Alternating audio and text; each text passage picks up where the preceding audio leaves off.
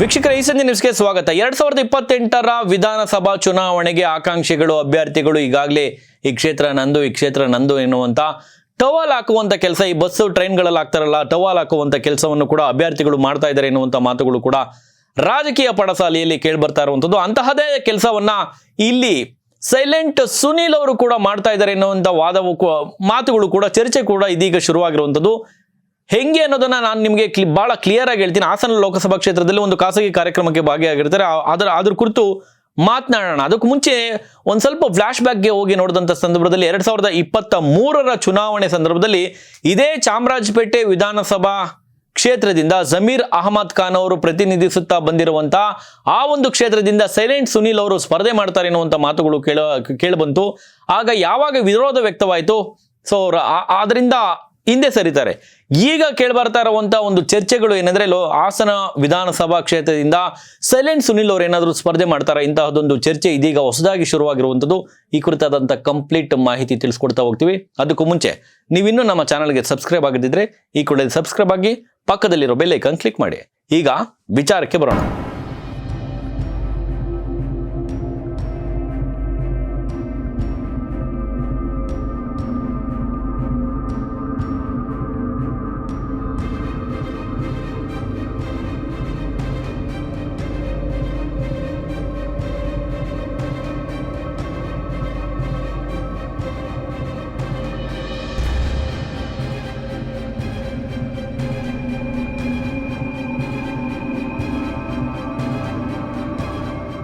ನೋಡಿದ್ರಲ್ಲ, ಸೈಲೆಂಟ್ ಸುನೀಲ್ ಅವರು ಒಂದಷ್ಟು ಹಾಸನ ವಿಧಾನಸಭಾ ಕ್ಷೇತ್ರಕ್ಕೆ ಭೇಟಿ ಕೊಟ್ಟಂತ ಸಂದರ್ಭದಲ್ಲಿ ಅಲ್ಲಿ ಯಾವುದೋ ಒಂದು ಖಾಸಗಿ ಕಾರ್ಯಕ್ರಮಕ್ಕೆ ಭೇಟಿ ಕೊಟ್ಟಂತ ಸಂದರ್ಭದಲ್ಲಿ ಅವರ ಜನಪ್ರಿಯತೆ ನೋಡಿದ್ರೆ ಸಿಕ್ಕಾಪಟ್ಟೆ ಜನ ಸೇರಿರ್ತಾರೆ. ನಿನ್ನೆ ರಾತ್ರಿ ಹಾಸನಕ್ಕೆ ಹೋದಂತ ಸಂದರ್ಭದಲ್ಲಿ ಒಂದು ಕಾರ್ಯಕ್ರಮದಲ್ಲಿ ಇದೇ ಸೈಲೆಂಟ್ ಸುನೀಲ್ ಅವರು ಭಾಗಿಯಾಗ್ತಾರೆ. ಆಗ ಶಾಂತಿ ಗ್ರಾಮದ ಟೋಲ್ ಬಳಿ ಸಾಕಷ್ಟು ಜನ ಅವರ ಬೆಂಬಲಿಗರು, ಅದರಲ್ಲೂ ಕೂಡ ಬಿಜೆಪಿಯ ಮಾಜಿ ಶಾಸಕರಾದಂತ ಪ್ರೀತಮ್ ಗೌಡ್ರ ಬೆಂಬಲಿಗರು ಸಾಕಷ್ಟು ಜನ ಸಂಖ್ಯೆಯಲ್ಲಿ ಅಲ್ಲಿ ಜಮಾವಣೆ ಆಗಿರ್ತಾರೆ. ಏನು ಸೈಲೆಂಟ್ ಸುನೀಲ್ ಅವರಿಗೆ ಗ್ರ್ಯಾಂಡ್ ವೆಲ್ಕಮ್ ಅನ್ನು ಕೂಡ ಅಲ್ಲಿ ಮಾಡಿರ್ತಾರೆ. ಸೈಲೆಂಟ್ ಸುನೀಲ್ ಅವ್ರನ್ನ ಕಾರ್ಯಕ್ರಮಕ್ಕೆ, ಹಾಸನದ ಒಂದು ಖಾಸಗಿ ಕಾರ್ಯಕ್ರಮಕ್ಕೆ ಬಹಳ ದೊಡ್ಡ ಸಂಖ್ಯೆಯಲ್ಲಿ ಅವರನ್ನ ಆಹ್ವಾನವನ್ನು ಕೂಡ ಮಾಡ್ತಾರೆ. ಅದಾದ ನಂತರ ಕಾರ್ಯಕ್ರಮ ಮುಗಿಸಿ ಹೋಗುವವರೆಗೂ ಕೂಡ ಇಡೀ ಬಿಜೆಪಿಯ ಏನು ಪ್ರೀತಮ್ ಗೌಡ್ರು ಬೆಂಬಲಿಗರು ಅಂತ ಹೇಳಲಾಗ್ತಾ ಇರುವಂತ ಅಷ್ಟು ಜನರು ಕೂಡ ಸೈಲೆಂಟ್ ಸುನೀಲ್ ಅವರ ಬೆನ್ನಿಗೆ ನಿಂತಿರ್ತಾರೆ. ಅದಾದ ನಂತರ ಅದೇ ಶಾಂತಿ ಏನು ಕಾರ್ಯಕ್ರಮವನ್ನ ಮುಗಿಸಿ ಸೈಲೆಂಟ್ ಸುನೀಲ್ ಅವ್ರನ್ನ ಬೀಳ್ಕೊಡ್ತಾರೆ ಶಾಂತಿಗ್ರಾಮ ಟೋಲ್ವರೆಗೂ ಕೂಡ. ಇದೀಗ ರಾಜ್ಯ ರಾಜಕೀಯದಲ್ಲಿ ಒಂದಷ್ಟು ಚರ್ಚೆಗೆ ಗ್ರಾಸವಾಗಿರುವಂಥದ್ದು. ಎಲ್ಲೋ ಒಂದ್ ಕಡೆ 2028ರ ವಿಧಾನಸಭಾ ಚುನಾವಣೆಯಲ್ಲಿ ಅಭ್ಯರ್ಥಿಗಳು ಈಗಾಗಲೇ ಕ್ಷೇತ್ರದ ಹುಡುಕಾಟದಲ್ಲಿ ಇರುವಂತದ್ದು. ಅಂತಹದೇ ಕೆಲಸ ಏನಾದರೂ ಸೈಲೆಂಟ್ ಸುನೀಲ್ ಅವ್ರು ಮಾಡ್ತಾ ಇದಾರ ನೋಡಿ. ಸೈಲೆಂಟ್ ಸುನೀಲ್ ಅವರ ರಾಜಕೀಯದ ಬಗ್ಗೆ ಜೊತೆಯಲ್ಲಿ ಹಾಸನ, ಅದಾದ ನಂತರ 2028ರ ಚುನಾವಣೆಯಲ್ಲಿ ಇದೇ ಚಾಮರಾಜಪೇಟೆ ಜಮೀರ್ ಅಹಮದ್ ಖಾನ್ ಅವರು ಪ್ರತಿನಿಧಿಸುತ್ತಾ ಬಂದಿರುವಂತ ಚಾಮರಾಜಪೇಟೆ ವಿಧಾನಸಭಾ ಕ್ಷೇತ್ರದಿಂದಲೂ ಕೂಡ ಸ್ಪರ್ಧೆ ಮಾಡ್ತಾರೆ ಎನ್ನುವಂತ ಮಾತುಗಳು ಕೂಡ ಕೇಳಿಬಂತು. ಅದಾದ್ಮೇಲೆ ವಿರೋಧ ಯಾವಾಗ ವ್ಯಕ್ತವಾಯಿತು, ಒಂದಷ್ಟು ರೌಡಿಗಳ ಗುಂಪು ಬಿಜೆಪಿನಲ್ಲಿ ಅಭ್ಯರ್ಥಿಗಳಾಗ್ತಾ ಇದ್ದಾರೆ, ಕಾಣಿಸ್ಕೊಳ್ತಾ ಇದ್ದಾರೆ ಎನ್ನುವಂತ ಯಾವಾಗ ಅಪಸ್ವರ ಕೇಳಿಬರ್ತು ಆಗ ಕಣದಿಂದ ಹಿಂದೆ ಸರಿತಾರೆ. ಈಗ ಬದಲಾದ ರಾಜಕೀಯ ಸನ್ನಿವೇಶದಲ್ಲಿ 2028ರ ಚುನಾವಣೆಯಲ್ಲಿ ಸೈಲೆಂಟ್ ಸುನೀಲ್ ಅವರು ಸ್ಪರ್ಧೆ ಮಾಡ್ತಾರೆ ಎನ್ನುವಂತ ಮಾತುಗಳು ಕೂಡ ಕೇಳಿ ಬರ್ತಾ ಇದೆ. ಅದರ ಒಂದು ಭಾಗವಾಗಿ, ಕ್ಷೇತ್ರದ ಹುಡುಕಾಟದ ಒಂದು ಭಾಗವಾಗಿ ಏನಾದರೂ ಸೈಲೆಂಟ್ ಸುನೀಲ್ ಅವರು ಹಾಸನ ಕ್ಷೇತ್ರದ ಮೇಲೆ ಕಣ್ಣಿಟ್ರ, ಇಂಥದ್ದೊಂದು ಚರ್ಚೆ ಆಗಿರುವಂಥದ್ದು. ನೋಡಿ, ಹಾಸನದ ಬಗ್ಗೆ ಒಂದಷ್ಟು ಆ ಕ್ಷೇತ್ರದ ಬಗ್ಗೆ ಮಾತನಾಡೋದಾದ್ರೆ ನೋಡಿ, ಪ್ರೀತಮ್ ಗೌಡ್ರು ಬೆಂಬಲಿಗರೇ ಬಹುತೇಕ ನಿನ್ನೆ ಸೈಲೆಂಟ್ ಸುನೀಲ್ ಅವರ ಬೆನ್ನಿಗೆ ನಿಂತಿರುವಂಥದ್ದು. ಹೇಳಕ್ಕಾಗಲ್ಲ, ರಾಜಕೀಯದಲ್ಲಿ ಯಾವಾಗ ಏನ್ ಬೇಕಾದ್ರೂ ನಡೀಬಹುದು. ಸೊ ಅದನ್ನ ಅಲ್ಲಗಳೆಯೋದಕ್ಕೆ ಸಾಧ್ಯನೇ ಇಲ್ಲ. ಹಾಸನದ ಬಗ್ಗೆ ಒಂದಷ್ಟು ಸುಮ್ಮನೆ ಚುಟುಕಾಗಿ ನಿಮ್ಮ ಮುಂದೆ ಇಡುವಂತ ಒಂದು ಪ್ರಯತ್ನ. 2018ರ ಚುನಾವಣೆ ಇದೇ ಪ್ರೀತಮ್ ಗೌಡ್ರು 63,348 ವೋಟ್ಗಳನ್ನು first time election ನಿಲ್ತಾರೆ.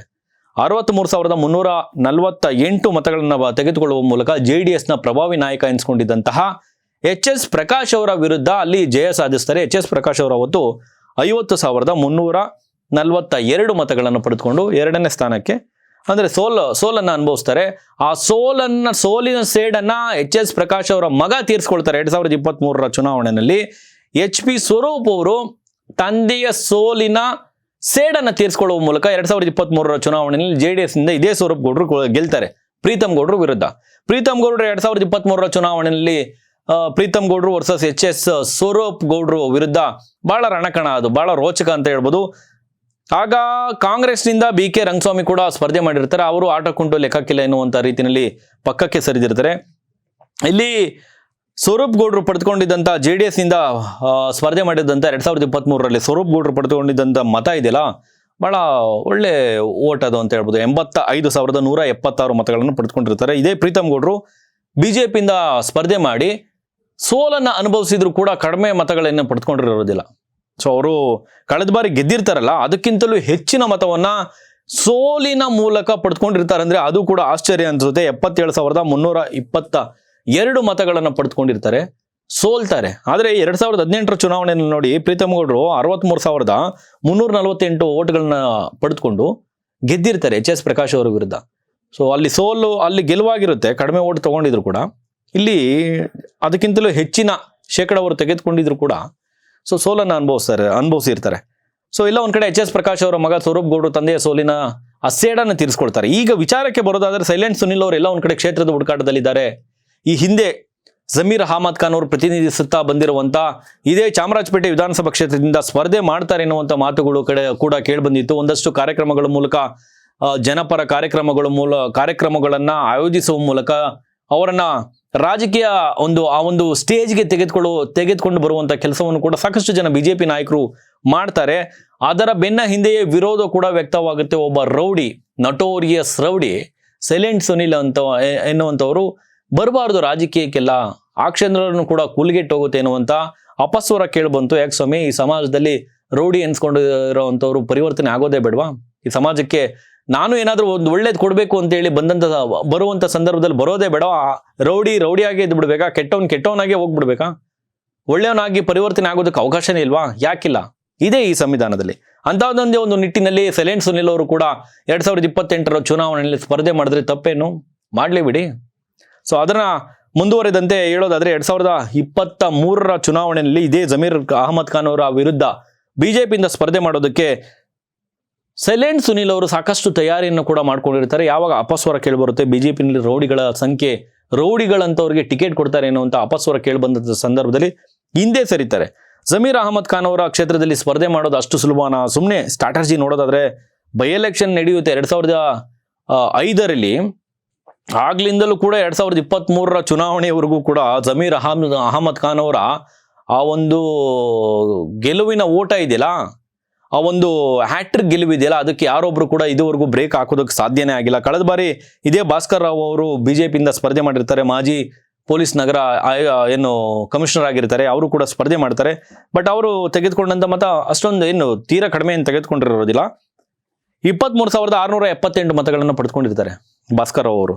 Govinda Raju 19,000 ತೆಗೆದುಕೊಂಡಿರ್ತಾರೆ ಬಿಜೆಪಿಯಿಂದ. 19,886 ಓಟ್ಗಳನ್ನ ತೆಗೆದುಕೊಂಡಿರ್ತಾರೆ. ಬಟ್ ಈ ಬಾರಿ ಬಿಜೆಪಿ JDS ಅಲಯನ್ಸ್ ಆಗಿ ಹೋಗೋದ್ರಿಂದ ಹೇಳಕ್ಕಾಗೋದಿಲ್ಲ. ಇದೇ ಕ್ಷೇತ್ರದಿಂದ ಏನಾದರೂ ಹಂಗೊಮ್ಮೆ ದೇವೇಗೌಡರು ಕಣ್ಣಿಟ್ಟಿದ್ದೆ, ಅದಲ್ಲಿ ಕುಮಾರಸ್ವಾಮಿ ಅವರು ಕಣ್ಣಿಟ್ಟಿದ್ದೆ, ಅದಲ್ಲಿ ಜಮೀರ್ ಅಹಮದ್ ಖಾನ್ ಅವರ ಕ್ಷೇತ್ರದ ಮೇಲೆ ದರಿದ್ರ ನಾರಾಯಣ ಎನ್ನುವಂತ ಒಂದು ದೊಡ್ಡ ಮಟ್ಟದ ರ್ಯಾಲಿ ಮಾಡುವ ಮೂಲಕ ಇದೇ ದೇವೇಗೌಡರು, ಇದೇ ಕುಮಾರಸ್ವಾಮಿ ಅವರು ಜಮೀರ್ ಅಹಮದ್ ಖಾನ್ ಅವರಿಗೆ ಒಂದು ರಾಜಕೀಯದ ಭವಿಷ್ಯವನ್ನು, ಒಂದು ರಾಜಕೀಯದ ಬದುಕನ್ನು ರೂಪಿಸ್ಕೊಟ್ಟಂತ ಇದೇ ದೇವೇಗೌಡರು ಏನಾದರೂ 2028ರ ಚುನಾವಣೆಗೆ ಮನಸ್ಸು ಮಾಡಿದ್ರೆ ಆ ಭವಿಷ್ಯವನ್ನು ಕಿತ್ಕೊಳ್ಳುವಂತ ತಾಕತ್ತು ಕೂಡ JDS ಗಿದೆ ಅಂತ ಹೇಳಿದ್ರು ಕೂಡ ತಪ್ಪಾಗ್ಲಿಕ್ಕಿಲ್ಲ. ಎಷ್ಟೊಂದು ಜನರ ಬದುಕನ್ನ ಇವತ್ತು ರಾಜಕೀಯದಲ್ಲಿ CM ಸಿದ್ದರಾಮಯ್ಯನವರ ಹಾದಿಯಾಗಿ, ಜಮೀರ್ ಅಹಮದ್ ಖಾನ್ ಅವರ ಹಾದಿಯಾಗಿ ರಾಜಕೀಯದಲ್ಲಿ ಬದುಕನ್ನು ರೂಪಿಸಿಕೊಟ್ಟಂತಹ ನಾಯಕ ಪಕ್ಷ ಯಾವುದು ಅದು ಅಂದ್ರೆ ದೇವೇಗೌಡರು JDSನ ಪಕ್ಷ ಅಂತ ಹೇಳ್ಬೋದು. ಯಾರೊಬ್ರು ಕೂಡ ಅದನ್ನ ಅಲ್ಲಗಳಿದಕ್ಕೆ ಸಾಧ್ಯನೇ ಇಲ್ಲ. ಅದನ್ನೇ ಇನ್ನೊಮ್ಮೆ ಹೆಮ್ಮೆಯಿಂದ ಹೇಳ್ಕೊಳ್ಬೋದು. ಇದೇ CM ಸಿದ್ದರಾಮಯ್ಯನವ್ರಿಗೆ, ಇದೇ ಜಮೀರ್ ಅಹಮದ್ ಖಾನ್ ಅಂತ ನಾಯಕರುಗಳಿಗೆ ರಾಜಕೀಯದ ಬದುಕನ್ನ ಸೃಷ್ಟಿ ಮಾಡಿಕೊಟ್ಟಂತ, ರಾಜಕೀಯ ಒಂದು ನೆಲೆಯನ್ನ ಕಂಡುಕೊಟ್ಟಂತಹ ಯಾರಾದ್ರೂ ಒಬ್ಬ ನಾಯಕ ಇದ್ದಾರೆ, ಯಾವ್ದಾದ್ರು ಒಂದು ಪಕ್ಷ ಇದೆ ಅಂದ್ರೆ ಅದು JDS ಪಕ್ಷ, ಅದು ದೇವೇಗೌಡರು ಅಂತ ಬಹಳ ಹೆಮ್ಮೆಯಿಂದ ಹೇಳ್ಬೋದು. ಇನ್ನು ನೋಡಿ, ಎಲ್ಲ ಒಂದ್ ಕಡೆ ಸೈಲೆಂಟ್ ಸುನಿಲ್ ಅವರು ನಾನು ರಾಜಕೀಯಕ್ಕೆ ಬರ್ತೀನಿ, ನಾನು ಪರಿವರ್ತನೆ ಹಾದಿನಲ್ಲಿ ಇದ್ದೇನೇನು ಅಂತ ಒಂದು ಒಳ್ಳೆ ಹೆಜ್ಜೆಗಳನ್ನ ಇಡುವಂತ ಸಂದರ್ಭದಲ್ಲಿ ಅಪಸ್ವರಗಳು, ನಟೋರಿಯಸ್ ರೌಡಿ, ಹಿಂಗೆ ಆಳು ಮೂಳು ಇದೆಯಲ್ಲ, ಇದೆಲ್ಲ ಬಿಟ್ಟು ಒಂದು ಅವಕಾಶ ಕೊಡೋದ್ರಲ್ಲಿ ತಪ್ಪೇನಿಲ್ಲ. ಇಂಥ ಮಾತನ್ನು ಸ್ವತಃ ನಿವೃತ್ತ ಪೊಲೀಸ್ ಅಧಿಕಾರಿ SK ಉಮೇಶ್ ಅವರು ಕೂಡ ಇದೇ ಮಾತನ್ನ ಒಮ್ಮೆ ಹೇಳ್ತಾರೆ.